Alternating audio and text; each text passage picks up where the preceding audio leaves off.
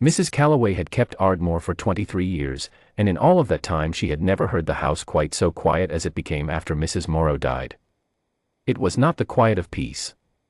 The estate had always had a certain hush to it. Ardmore was the kind of house, the kind where a visitor felt the weight of the rooms before he felt the warmth, where the crystal and the dark paneling and the portraits going back 4 generations conspired to remind you that you were in the presence of something old and serious. Killian Morrow had been born into that house, and the gravity of it had settled into him young. He was not a man who required quiet, he was a man who produced it. When he entered a room, voices dropped without being asked. It was the quiet of something held back, something the household had agreed not to name out loud. Edmund was 7 years old and had spoken fewer than 12 full sentences in the 14 months since his mother was buried at the edge of the garden. He was not damaged, the family physician had said carefully, at the end of a very long consultation in the estate study. He was grieving in the way some children grieve, by going still. He would answer a direct question with a nod or a shake of his head. He would accept a plate and eat from it. He would follow instruction. But the long, tumbling sentences of the boy he had been, the stories and the questions and the half-invented words he had pressed onto every available adult, those were gone, and the space they left behind was the shape of a missing thing. Every morning, Edmund came to the breakfast room before the household staff had finished laying the table and placed a second setting beside his own. A plate, a cup turned over in its saucer, a folded napkin. He did this without ceremony, the way another child might have said good morning, simply, as though it were the most ordinary thing in the world. And the staff, following the wordless instruction of Mrs. Calloway, worked around it. Nobody moved the setting. Nobody commented. The plate stayed, and the cup stayed, and the napkin stayed, and when Edmund left the table, they removed it all quietly, without remark. It was not something Killian had asked for. It was something Mrs. Calloway had decided on her own, in the first week, when she had watched a young footman reach toward the empty cup and saw Edmund's hand close around his own spoon as though preparing for something. She had caught the footman's eye and given him one look, and after that, no one reached. What nobody knew, what Mrs. Calloway herself did not discover until much later, was that Edmund had also been writing to his mother. Not letters for a post box. Letters for the hall table drawer, the deep lower drawer of the walnut console in the east corridor, where Mrs. Morrow had kept her writing things. Edmund had apparently found, in the weeks after the funeral, that the drawer still held a few sheets of her personal notepaper and a good pen, and he had used them. 7 months of letters, in a child's careful print, the crooked capital letters of a boy who had learned to write only the year before, folded into thirds the way his mother had shown him, placed in that drawer. He would not have known that another pair of hands was going to that drawer before his. Rosalind Vane had been his mother's younger sister, and she had come to Ardmore for the funeral and stayed.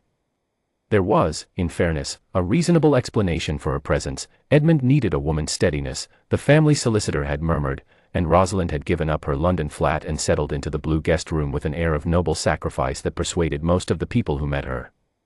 She organized Edmund's schoolroom schedule. She attended the meetings with the family physician. She sat in on the trust consultations, listening carefully, asking intelligent questions, and taking notes in a small leather book that she carried everywhere. She was attentive to Killian in the practiced way of a woman who has long known how to make herself useful to a man who cannot see what she is doing. Mrs. Calloway had her own opinion of Rosalind Vane, and she kept it pressed flat beneath 23 years of professional composure. The new undercook arrived on a Tuesday in February, hired on the recommendation of the estate's provision supplier in town, a small economy undertaken because the kitchen was short-staffed and the cook needed assistance 3 mornings a week. Her name was Nora, and she was the sort of person who could stand in a room for some time before people registered that she was there. Not because there was anything wrong with her, she was composed, she was capable, her references were good, but because she had a quality of stillness about her that did not demand attention. She came in through the kitchen yard, tied on her apron, and began. Mrs. Calloway noticed her on the 3rd morning, which was itself unusual. Ordinarily she noticed new staff on the first day. But Nora moved through the kitchen with such quiet efficiency that she had been producing excellent work for 2 full mornings before Mrs. Calloway's eye settled on her and stayed. It was Edmund who forced her attention the proper direction. He came to the breakfast room on Nora's 4th morning as he always did, before the table was fully laid, and placed the second setting in its usual position. Then he sat down and waited. Mrs. Calloway, passing through with the household schedule, glanced at the table out of habit, and saw that the empty plate had a slight curl of steam rising from it. The cup was turned the right way up. There was a small dish of warm jam beside the napkin. Nora had laid the second setting as well, with fresh food. Mrs. Calloway did not comment. She stood very still for a moment in the doorway and watched Edmund look at the plate, and then, slowly, reach across and straighten the napkin, which was already perfectly straight. She did not ask Nora about it. She was not sure she knew how to ask about it without breaking something that had no name. For the next 3 weeks, it continued. Every morning, Nora prepared 2 portions, Edmund's plate and the one beside it, with equal care, and placed them both on the table before Edmund arrived. She never spoke to the boy about it. She never spoke to anyone about it. She came in from the kitchen yard, did her work, and went back to it. Mrs. Calloway watched, and kept her mouth shut, and felt something shift in the household that she could not account for in any column of any ledger. Then came the morning Rosalind Vane walked into the breakfast room while Edmund was eating. She was in a speaking mood, which was never a good sign. She had the leather book under her arm and an expression of decisive efficiency, and she went directly to the empty place setting, took up the plate, and said, in the pleasant and implacable voice she used for things she had already decided, "We ought to leave this, I think. It's been over a year," and the physician agreed that. Nora came in from the kitchen passage at that moment with a fresh rack of toast. What happened was very small and very plain. Nora set the toast rack on the sideboard, crossed to the table, and took the plate from Rosalind's hands. Not roughly. Quietly, and with a steadiness that did not invite argument. She set it back in its place, straightened the napkin, and went back to the sideboard. She did not look at Rosalind. She did not look at Edmund either. She simply put the plate back. Edmund's spoon, which had stopped moving when Rosalind spoke, began again. Rosalind said, very quietly, "Excuse me. I don't believe I asked for your—" "No," Nora said, in the same quiet, steady voice, not turning around. "You didn't." Mrs. Calloway, who had witnessed this from the corridor through a partially open door, pressed her back against the wall and did not move for some time.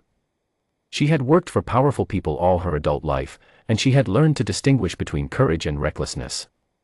What she had just watched was courage, the kind that came from a person who was not frightened by the cost. She was not surprised when, 2 days later, she found Nora in the east corridor at the hall table, standing with the lower drawer open and a bundle of folded papers in her hands. Nora looked up. She did not try to explain or put the papers away. "These are the boys," Nora said. "Yes," Mrs. Calloway said. "There are others here that aren't his." Nora separated 2 sheets from the bundle without unfolding them, letters in a different hand, older paper, the faint ghost of a woman's cologne still in them. "Someone's been keeping things from this drawer. Things that should have gone to Mr. Morrow a long time ago." Mrs. Calloway looked at the bundle. She looked at Nora. 23 years of professional composure rested on the question of what happened next. "I should bring these to him," Nora said. It was not a question. "Yes," Mrs. Calloway said. "You should." Killian Morrow was in the estate study when Nora knocked and entered. Mrs. Calloway had walked her to the door and then stood back, because she understood that what happened in that room was not for her eyes, and some privacy ought to be left to the grief of a man, even a man who did not display it. She heard nothing for a long time. Then she heard, distantly, a sound she had not heard from that room in 14 months. She did not go in. She waited in the corridor, and she waited for a long time, and when the door opened, it was Killian Morrow who came out, and he looked at her for a moment without speaking, and she saw that his face had changed, not broken, not undone, but altered, the way a room looks after someone opens a window that has been shut a long time. "Where is she?" he said. "The kitchen," Mrs. Calloway told him. He walked there himself. The first time, in her recollection, he had walked to the kitchen. She did not follow him. She went instead to the breakfast room, where Edmund was sitting in his usual place, drawing something in his school notebook. She sat down across the table from him, in the empty chair, and folded her hands, and waited, the way she had learned from watching Nora. Rosalind Vane left Ardmore the following morning. The matter of the letters, 7 months of a child's folded notes, collected from a drawer his mother had loved and found in Rosalind's traveling case when it was produced for her departure, was passed to the family solicitors. Her petition to be named Edmund's co-guardian was formally dismissed. She left with her leather book and her pleasant expression, and no one in the household watched her go. What did Killian Morrow do with Edmund's letters? He kept them. All of them. He sat at the kitchen table that first evening with Edmund beside him and read them, each one, while Nora worked quietly at the counter and did not intrude. When he finished the last one, the most recent, folded and written in Edmund's careful print just 4 days before, he folded it back along its creases and held it in both hands without speaking. Then Edmund said, "She would have liked Nora." It was the first full sentence he had spoken in 14 months. 11 words, delivered into the quiet of the kitchen, clear as a coin placed on a table. Killian looked at his son for a long time. Then he looked across at Nora, who had stopped moving and was standing very still with her back to them, facing the counter, her hands resting on the edge of it. "Yes," Killian said. "She would have." Nora did not turn around.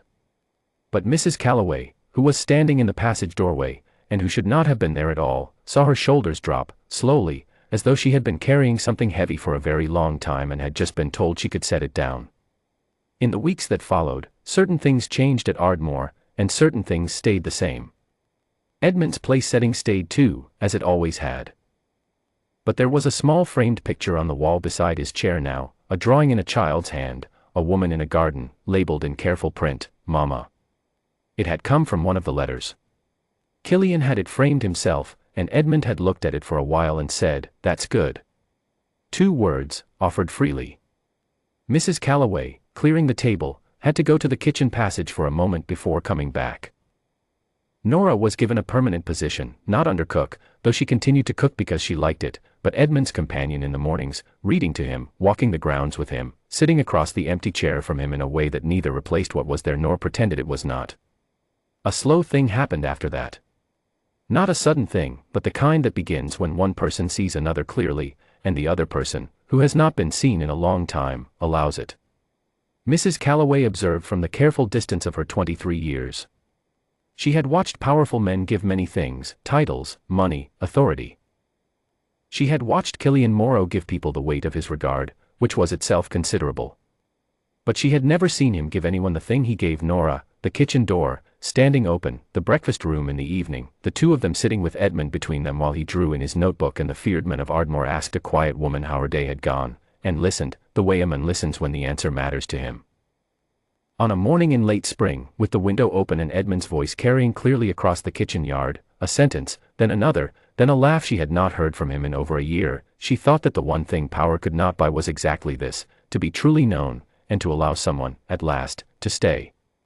That had been Nora's gift, given freely. The feared man of Ardmore had only needed someone steady enough, and brave enough, to show him how to receive it.